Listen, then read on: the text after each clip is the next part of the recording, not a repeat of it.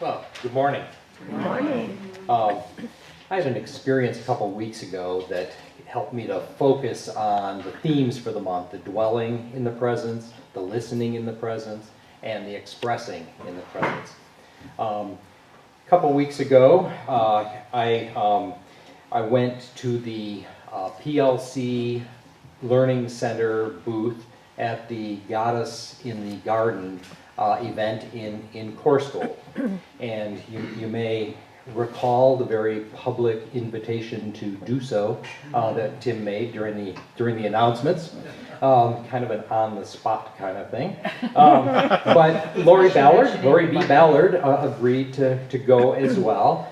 And we were in the booth where Tim and Susan were promoting the Learning Center. That's part of PLC. Lori and I were playing with our flutes, and Lori brought her guitar, and I brought a moyo drum, and we were just playing around in the booth as an illustration of the flute class that has just concluded. So we were one of the classes that participated in the Learning Center. While we were there, a high school girl and her entourage, a family of at least 4, kind of walked by and were listening. And they stayed a long time listening. And so we started to talk with them, and this high school girl was just an amazing human being. She was very into the music. She was a student of Irish music and music composition, and she's just a high school girl and very, very talented. She pulled an Irish tin whistle out of her back pocket and demonstrated and dazzled us with that instrument. And it's sort of like the Native American style. It's a 6-hole flute with a whistle end and just a different scale, but she dazzled us with it. And then she started to play my flutes, and we just kept talking. And as I was sitting there watching this, I just realized I am dwelling in the presence of God right here. That this is absolutely wonderful. We've got this wonderful passion, this talent, this sharing. It was wonderful. Lori was being her, charming, present, talented self. Susan and Tim were there, just with their, just their loving, calm presence. It was just a wonderful thing. So I just sat back and took it in, and just really felt how, I am in the presence of God here. I am truly dwelling in this. And it was just a wonderful, beautiful, sunny day, and the goddesses in the garden were flitting about, and it was just a really nice energy event. And we were just all expressing our passion. I think we all shared with this girl this passion for this, for music and for playing. And so I was thinking about just how easy it is to dwell in the presence of God when things are absolutely lovely.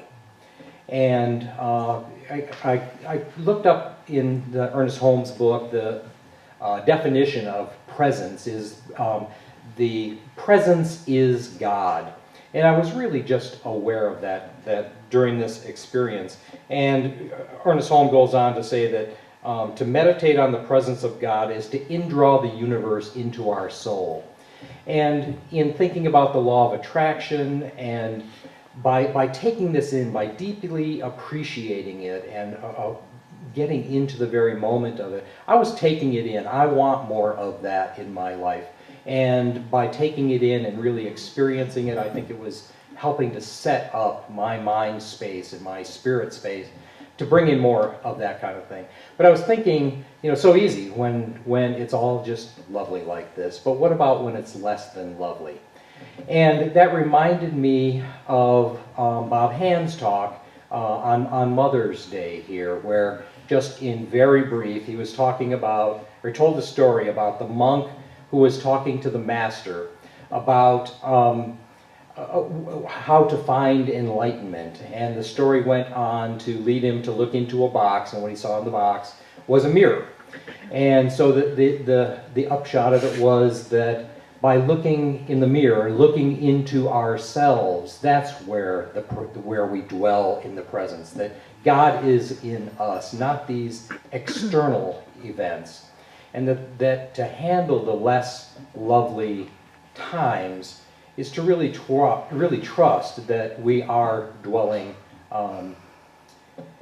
that God is in us. We are one with God, and that by dwelling in that, we get that comfort that comes from that. And I was thinking, boy, that's wonderful. I want to believe that. And it reminded me of a story that my sister told, that she asked my maternal grandmother, the matriarch of the family, who was a long, multi-generational, stern and staunch Catholic. My sister was doubting her Catholic faith at the time, and asked my grandmother, how do you believe, or how do you know what to believe, that kind of thing. And my grandmother said in her raspy voice, "You just have to decide what you're comfortable with." And she really did talk that way. And it was kind of a surprising answer, because she was such a sturdy Catholic, which to me meant you just believe it. I mean, you don't question it. But there was a decision point for her as well in accepting what she was believing and what she was comfortable with. And that just informs me that I want to accept, be comfortable with, take in that belief. I want to make that decision. I want to know that at all times. I want to dwell in that presence, that it's in me, and regardless of what's happening outside, it's there. God is God. I am one with God. So that's really the spiritual thought. But I thought it would end on a funny thought, because I was thinking this Goddess in the Gardens, it was a very nice event. But I was thinking, what about the men? What about the gods? So I thought, the men need a nod here too. And I was just thinking, what would that look like? And I was thinking about the roar of lawn tractors, and the Porsche-like whine of weed whips, and booth after booth of power tools and chainsaws. So I was just thinking, well, it'd be easy for a man to dwell in the presence of God in that kind of an environment.